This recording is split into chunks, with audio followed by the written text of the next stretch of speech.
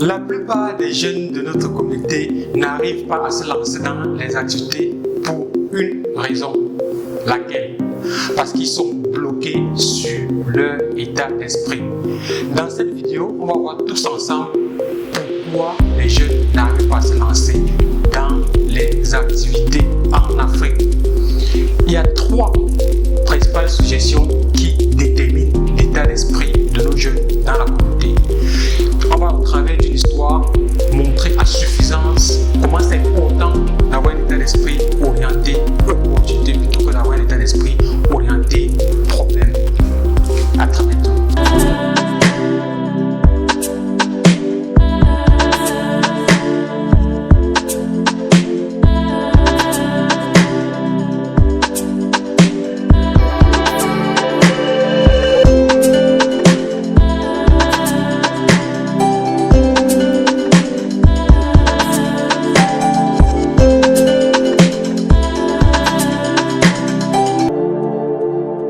Bonjour et bienvenue sur ma nouvelle vidéo. Moi c'est Valdez Foto, je suis l'auteur du livre Le QCM de l'entrepreneur africain et je suis le promoteur de plateforme démystifiant les business. Oui, tu l'as bien compris, sur cette plateforme, nous démystifions tous les business qu'il y a au quotidien. De la fabrication du cure-dent à la fabrication des bruits. Bon, ne t'inquiète pas, tu es au bon endroit. Installe-toi confortablement. Et avant de poursuivre, j'aimerais que tu fasses 3 choses. La première, c'est de t'abonner, parce que c'est en t'abonnant que tu vas recevoir au quotidien nos nombreuses publications. La deuxième chose, c'est de cliquer sur la cloche de notification afin d'être informé de nos nombreuses vidéos qui apparaîtront, ainsi que de cliquer sur le bouton j'aime. Si tu as fait ça, tu peux revenir au vif du sujet. Les jeunes dans notre communauté ont du mal à se lancer dans les activités parce qu'ils sont bloqués au niveau de leur état d'esprit. Et il y a 3 types de suggestions qu'on verra afin que toi, tu puisses prendre état de cela et d'améliorer le tir. Parce que ce sont des choses que tu subis sans souvent t'en rendre compte. La première suggestion qui nous bloque sur le continent africain principalement, ce sont les suggestions extérieures. Oui, les suggestions extérieures. Ce sont ces suggestions que nous entendons en longueur de journée. Dans les médias, on nous bombarde à longueur de journée que l'Afrique c'est un continent maudit. L'Afrique c'est un continent où il y a la pauvreté. L'Afrique, c'est un continent où il y a la guerre, la corruption, les coups d'État. À longueur de journée, on nous présente une Afrique misérable, où les gens meurent de faim. On nous présente un continent où il n'y a aucune chance de réussir. Un continent où les gens ne trouvent pas de boulot. Ça, ce sont les suggestions extérieures. Quand vous prenez les transports en commun, partout, on vous dit c'est dur, l'économie va mal, l'Afrique ne s'en sort pas, nos dirigeants sont des bombes à retardement pour l'avancée de l'Afrique. Dans la famille, les parents viennent vous dire non, les salaires ne suivent pas. Toutes ces informations, qu'est-ce que ça génère en vous? Ça vous fait croire que l'Afrique, on ne peut pas s'en sortir. On ne peut pas lancer une activité génératrice de revenus qui marche bien. On ne peut rien faire dans ce continent. Et qu'est-ce que ça va susciter? Vous aurez envie de prendre la mer pour aller rejoindre l'Eldorado. Oui, parce que à côté du fait de vous dire que l'Afrique c'est la misère, l'Afrique, il n'y a pas de bonnes choses. On vous présente où ça se passe bien, où le miel pour la foison, où là-bas tout marche comme sur des roulettes. Non. Quand vous écoutez ça en longueur de journée, vous avez une seule envie, c'est de prendre soit la mer, soit aller au désert pour rejoindre l'Eldorado. Ce sont les suggestions extérieures. Ça crée en vous le fait que non, où vous vous situez, il n'y a pas de chance de réussir. Vous êtes dans un endroit qui ne vaut pas la peine. Il faut aller ailleurs. Ça vous incite à aller ailleurs, à chercher ailleurs. Or, c'est en Afrique que tout se joue actuellement. Tous les enjeux sont en Afrique. Toutes les matières premières sont quasiment chez nous. La population jeune, elle est chez nous. Qu'est-ce qu'on attend pour utiliser cette population à bon escient. Bon, toi, chaque fois quand tu vas suivre les journaux, c'est ce qu'on va te dire. On va te dire que l'Afrique, il n'y a aucune valeur sur place. Il faut aller ailleurs. Ça va créer à toi le désir d'aller ailleurs et de ne pas te focaliser sur les opportunités qu'il y a sur place. Parce que lorsque tu pars ailleurs, il y a les Asiatiques qui viennent chez nous, il y a les Européens qui viennent chez nous, il y a les Américains qui viennent chez nous. Pourquoi est-ce que nous, on voit les problèmes, mais eux, ils ne font que venir, alors que ils disent que le chez eux c'est l'Eldorado, c'est le paradis. Pourquoi ils laissent le chez eux pour venir chez nous? Or, on nous fait croire que chez nous c'est l'enfer. Bon, tout ça, ce sont des informations géostratégiques. Il faut qu'on prenne conscience que chez nous, il y a énormément de choses, il y a du potentiel à détecter sur place.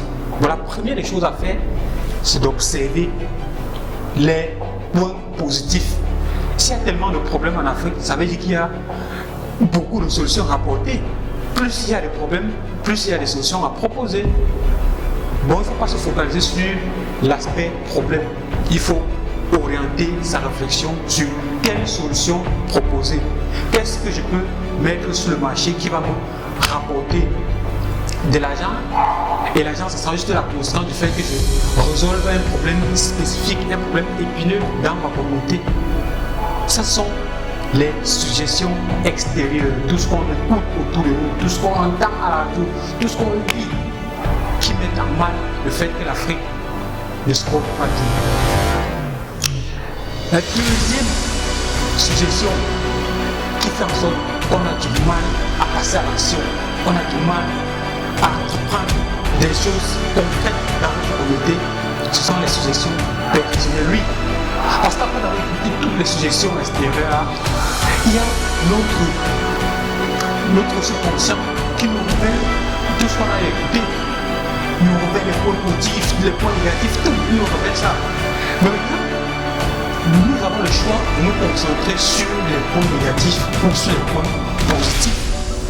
Parce qu'on nous renvoie tout ça, on n'a pas de contrôle de tout ce qui nous est renvoyé. Mais ce qu'on peut faire, c'est de se focaliser sur les points positifs. Au lieu de se focaliser sur tout ce qui est négatif, regardons ce qui est positif. Nous sommes sur un continent où on a toutes les ressources sur place. On a une main-d'œuvre dynamique. Il faut juste se positionner et regarder sur quel angle est-ce qu'on peut s'installer sur le marché. Comment est-ce qu'on peut tirer notre part de gâteau en étant en Afrique? C'est sur ces axes qu'il faut qu'on se focalise. Qu'est-ce que je peux faire pour améliorer mes conditions de vie? Qu'est-ce que je peux faire pour améliorer les conditions de vie de ma communauté? Et lorsque j'aurai résolu un problème spécifique, j'aurai de quoi me bâtir une vie de rêve, déjà de vie que je veux mener. Bon, tout ce qui va nous être relevé par notre subconscient, c'est à nous de décider sur quel élément doit-on nous concentrer. Bon, il faut sélectionner les éléments positifs, se focaliser dessus, dire non, certes, il y a des choses qui se passent mal dans mon environnement, mais il y a également des choses sur lesquelles je peux me positionner pour me faire beaucoup d'argent. Oui, parce qu'il y a suffisamment d'argent à se prendre sur le continent, parce que presque tout est à bâtir. Ça veut dire qu'il y a énormément d'argent à se faire. Ça, c'était la deuxième suggestion, les suggestions personnelles. Maintenant, il y en a une troisième suggestion qui n'est pas des moindres. Ce sont les autosuggestions. Oui, ce sont les autosuggestions. On a écouté tout ce bavardage en longueur de journée pour dire l'Afrique ne se porte pas bien, l'Afrique c'est la paix sur terre. Après, on a prévu les suggestions personnelles, on se focalise sur ce qui est positif. On oriente notre cerveau en disant que oui, il y a tout ça, mais je me concentre sur telle chose. Maintenant, les autosuggestions, c'est vous. De tout ce qu'on dit, vous avez le dernier mot. Qu'est-ce que je dis? Qu'est-ce que je vois?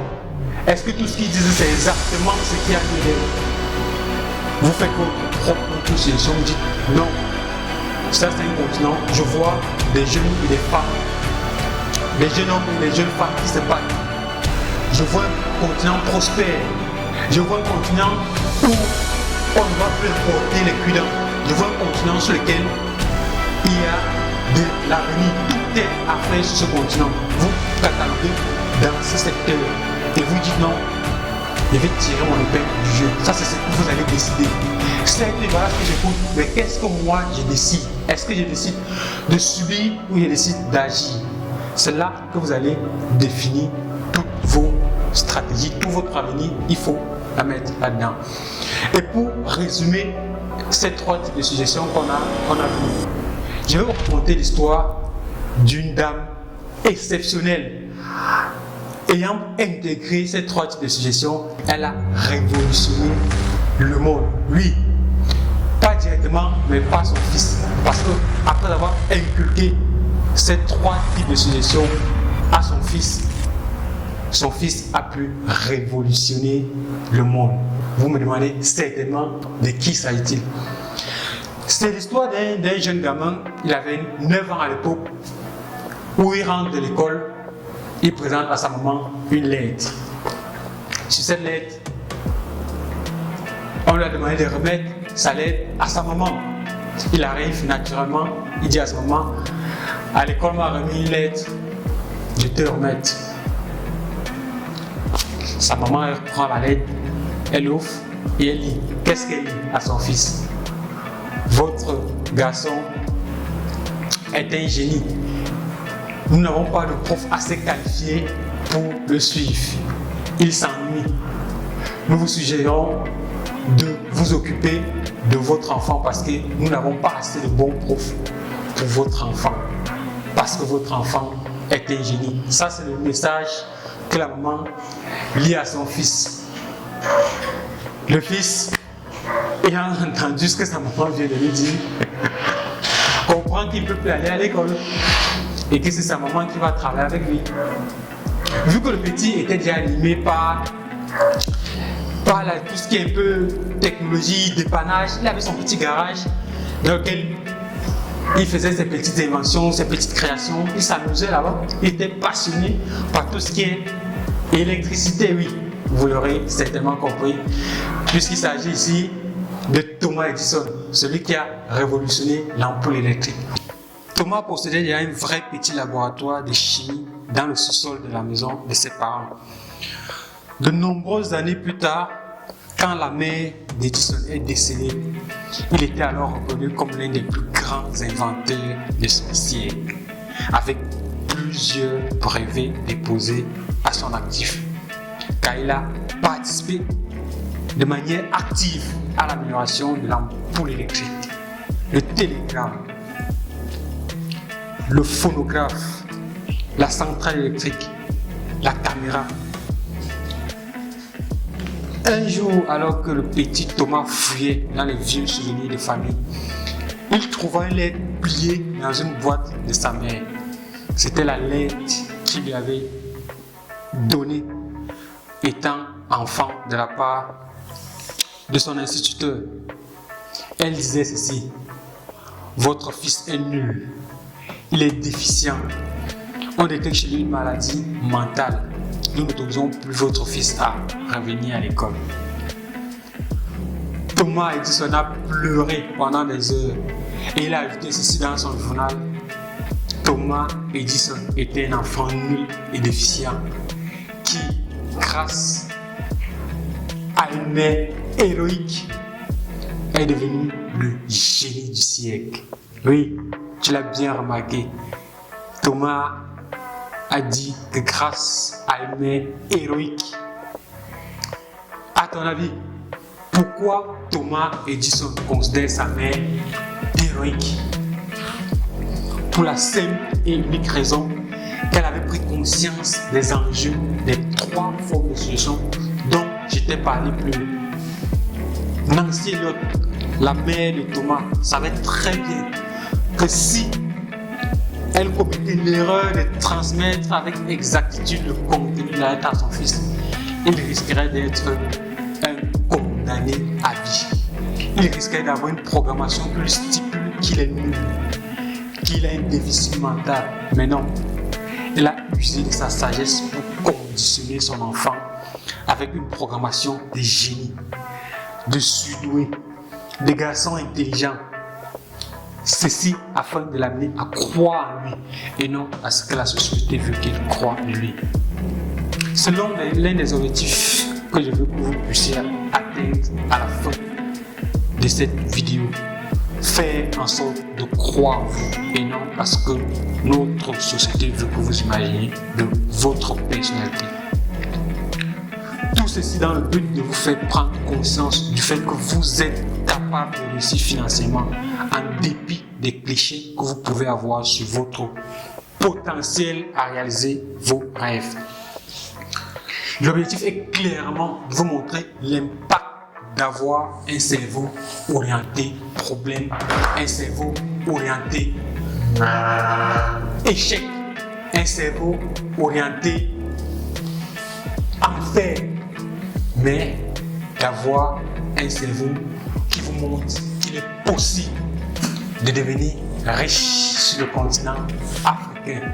Ceci en passant par des actions concrètes, en se challengeant au quotidien, en élargissant sa zone de confort et en passant surtout à l'action. C'était tout pour cette vidéo, mais avant de partir, je t'invite à t'abonner, à laisser ton plus gros j'aime, à me dire en commentaire qu'est-ce que tu en penses de ces 3 formes de suggestions. Valdez Photo, votre démystifieur.